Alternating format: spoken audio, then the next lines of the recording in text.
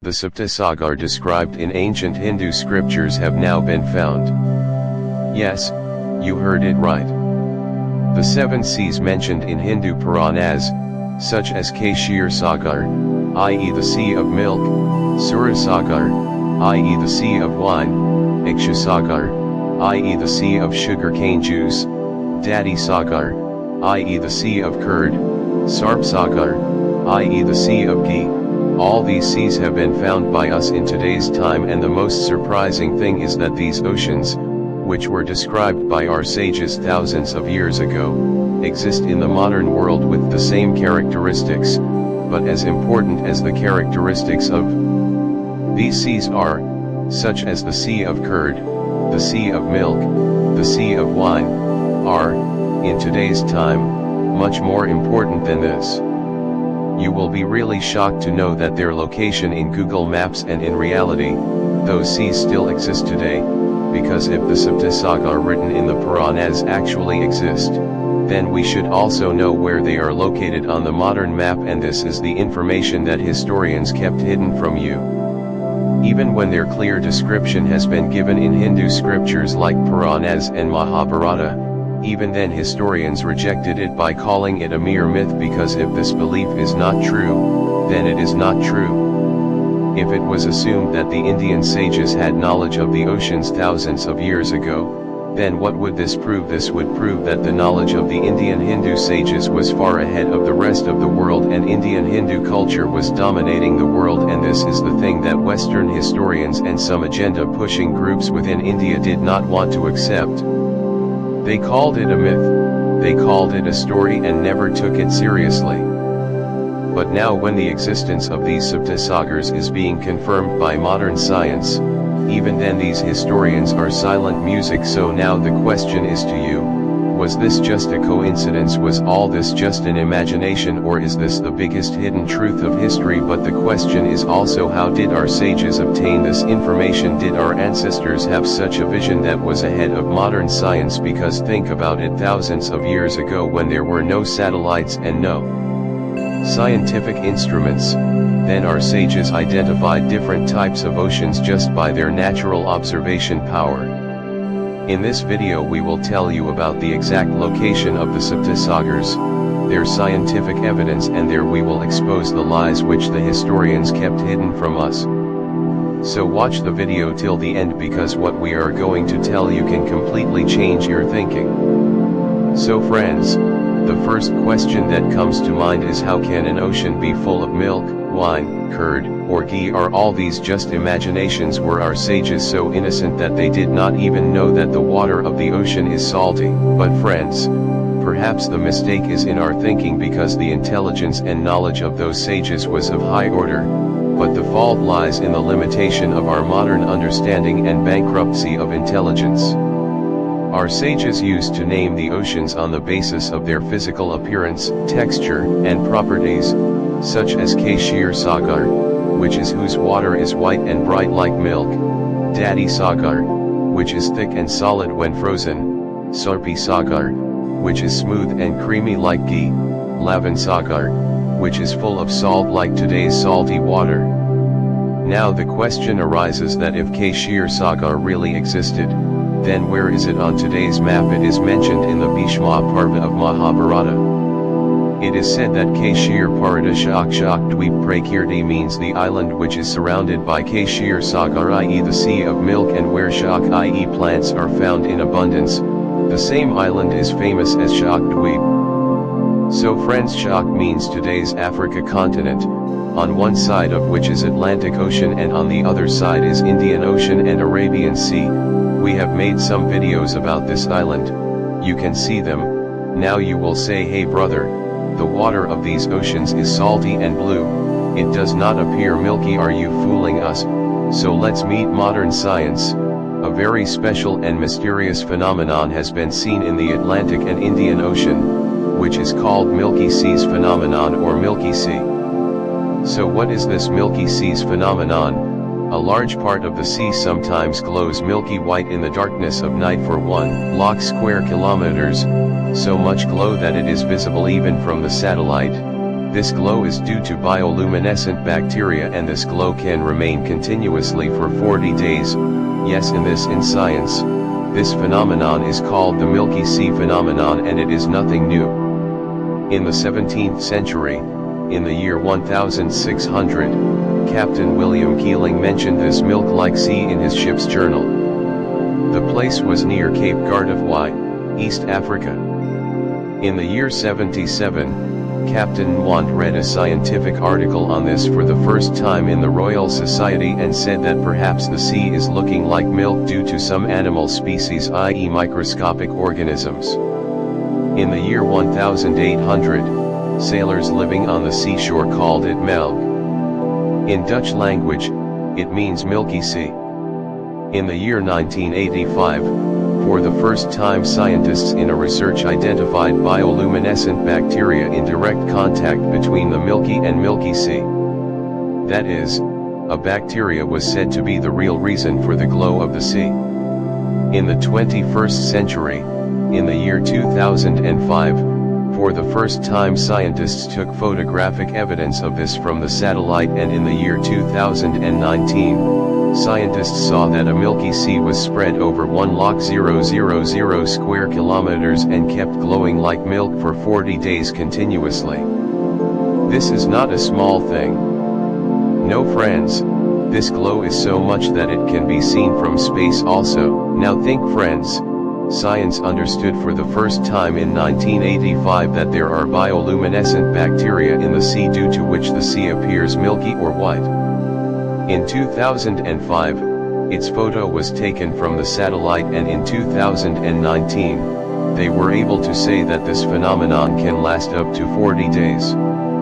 So friends, now just think, the phenomenon which science has started understanding a little bit today, our sages had understood this phenomenon thousands of years ago with their observation power of nature and named it Kshira Sagara, and science calls it Milky Sea. What an amazing similarity there is between science and the knowledge of the sages of Sanatan Dharma. Wait for now, we are going to get more shocking information ahead. Come on friends, now let's talk about that ocean which is still around us, which you and I see with our eyes every day, whose water is salty, i.e. Lavana Sagar. It has been mentioned in our scriptures in very clear words, Lavanam Sagaram Praptiya Jambudweep Samantak. Jambudweep is surrounded by the salty ocean, i.e. the sea of salty water. We have also made a video about where Jambudweep is. You can watch it. If you look at today's scientific map, Jambudweep means the entire continent of Asia, which includes countries like India, China, Russia, Indonesia, Tibet, Japan, Russia. And this entire continent is surrounded on three sides by oceans like the Arabian Sea, Bay of Bengal, South China Sea and the Indian Ocean. And how is their water salty? Means salty. Now think, the ocean which today's science calls a saline water body, our sages called it thousands of years ago in just one word, salty ocean. So is it just a coincidence, or is that understanding hidden in our scriptures? Now the next question is whether there is any such sea in the world which is made of curd. Now it is obvious that you will not find curd directly anywhere, but just sharpen your thinking a little, because this is a puzzle and the answer is hidden in the layers behind it. See, curd is formed only when milk freezes and when an ocean freezes. In what form does it take? In the form of ice. And one such ocean is the Arctic Ocean, which is in Europe. It is spread in the north of and takes the shape of a solid calm sea frozen in a thick sheet of ice throughout the year. Now listen, it is written in Vishnu Purana that Saptasagaras Sanyut Krunchtweep Prakirti, that is, the one which is connected to the frozen sea like curd, i.e. Saptasagara, is called Krunchtweep. Now the question arises that which Krunchtweep is this? If you search on Google today that where are the maximum number of cranes found in the world, then you will get the answer that it is the northern region of Europe and Russia, and Krunch means crane bird, that is, our sages named that area Krunchtweep thousands of years ago and called that frozen ocean Saptasagara. Now think, Today science calls the Arctic Ocean as frozen ocean or permafrost. Our sages gave the perfect word for this sea, Daddy Sagar, that is, frozen sea. So calling this similarity an imagination shows how scared historians are of Sanatan Dharma. So friends, now let's talk about that sea which our sages called as sweet and delicious. Surā Sagara is called the sea of fresh water. Now you will say, brother, how is this possible? The water of the sea is always salty, but this is the wonder of our scriptures and the farsightedness of our sages. It is clearly written in Bhagavad Purana that Swajit kan sanyat pushkar dweep uchhate, that is, the one which is connected with fresh water is called Pushkar Island. Now pay attention, this Pushkar Island is none other than today's North America continent and is connected to it. The world's largest freshwater expanse, the Great Lakes, that is, the chain of Great Lakes. Out of these, Lake Superior alone is so huge that on seeing it, anyone will mistake it for an ocean. Its width is about 560 kilometers and length is 616 kilometers. It is so big that even scientists themselves call it an inland freshwater sea, and thousands of years ago our Olesians had called it Swaju, that is, sweet Surā Sagara, and this North America is Pushkar Island because Pushkar in Sanskrit means lake, pond, or lake, and this Pushkar Island means North America. There are many freshwater bodies like Great Lakes, Lake Superior, Lake Michigan, Erie, Ontario, and not only this, the Great Lake system is a completely freshwater ecosystem in which more than 20% of the freshwater reserves on Earth are present. The only difference is that what they felt, saw, and understood, we are now measuring it with satellites. After freshwater, it is now the turn of that sea whose name is Surā Sagara, that is, the sea of ghee. Now you will think that is the sea full of ghee a joke, but if you think carefully, then the matter becomes absolutely clear. When pure desi ghee lies still, a shiny layer gets deposited on its upper surface, a smooth cream, and we get to see exactly the same scene. In the seas around Antarctica, the sea here is so cold that its upper surface gets deposited by forming a crust like ghee, smooth, white and stable, and this is the reason why our sages called it Surā Sagara.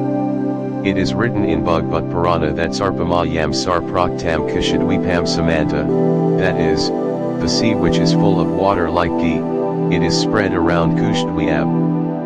Now the question is, which Kushdwip is it? The answer is Antarctica, because Kush means such a dry and barren area where no vegetation grows, and Antarctica is a living example of this.